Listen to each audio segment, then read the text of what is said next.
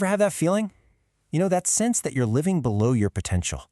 Like there's this incredible calling on your life, but it just feels out of reach. Well, in this explainer, we're going to dive deep into a powerful idea. It's the concept that so many of us get bogged down by earthly wisdom and fear, and in the process, we totally miss out on our true identity and authority. So let's unpack what it really means to step into the divine calling you were given. Right here. This one verse is the absolute game changer.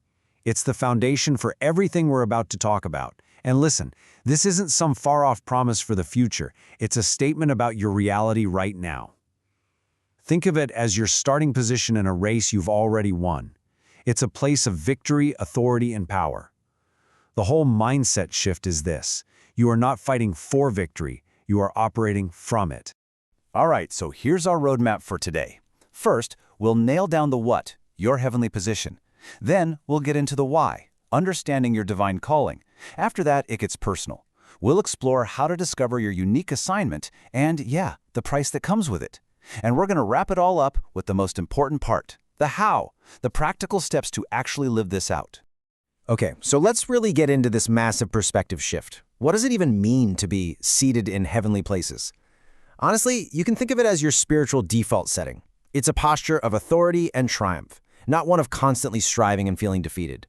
It's about learning to rest in a victory that's already been secured for you. So, to put a clear definition on it, what is this heavenly position? It's a state of being where your decisions, your thoughts, your actions, they're guided by faith and divine insight, not by fear or what your circumstances are yelling at you. It's the big switch from just reacting to the world around you to actively shaping it from a place of real spiritual authority. So this position of authority naturally leads us to our divine calling.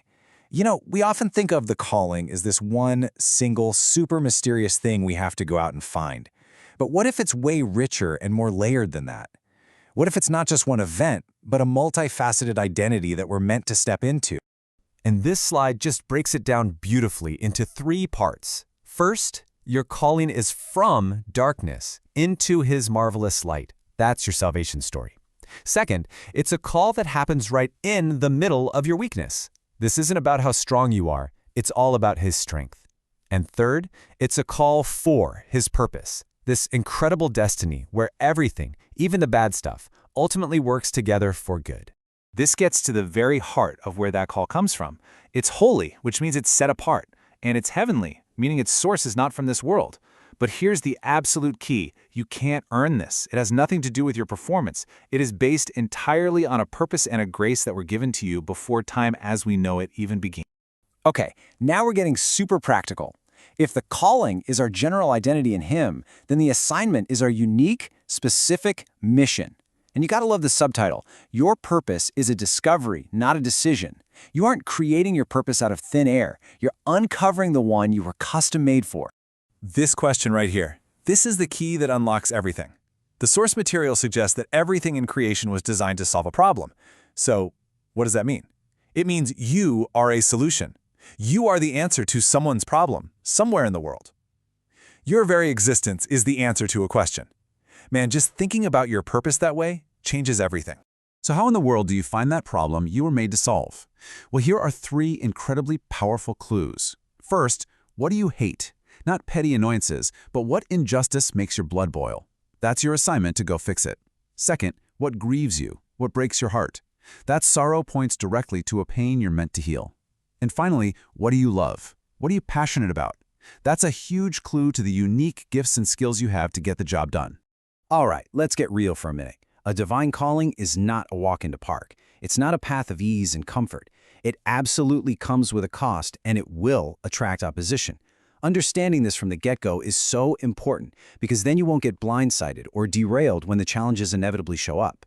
Now this is a critical piece of the puzzle that so many of us overlook. Your location matters. Your assignment is actually linked to a place. You can be in a place where you're just tolerated, You exist, but you're not really growing. But when you find that place where you are celebrated, that's where you're truly seen, that's where favor flows, and that's where you can succeed in your purpose. And here are the hard truths just laid out for us. Your assignment will cost you something. I mean, just look at giants like Moses or Abraham. It cost them everything. You will face opposition that is specifically designed to stop you.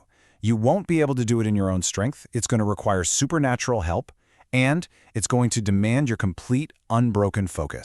So, after hearing all of that, the big question is, how do we actually do this? How do we live it out? And that brings us to our final and I think most important section, activation. This is where we take all these big, powerful ideas and turn them into real, tangible steps you can start taking today.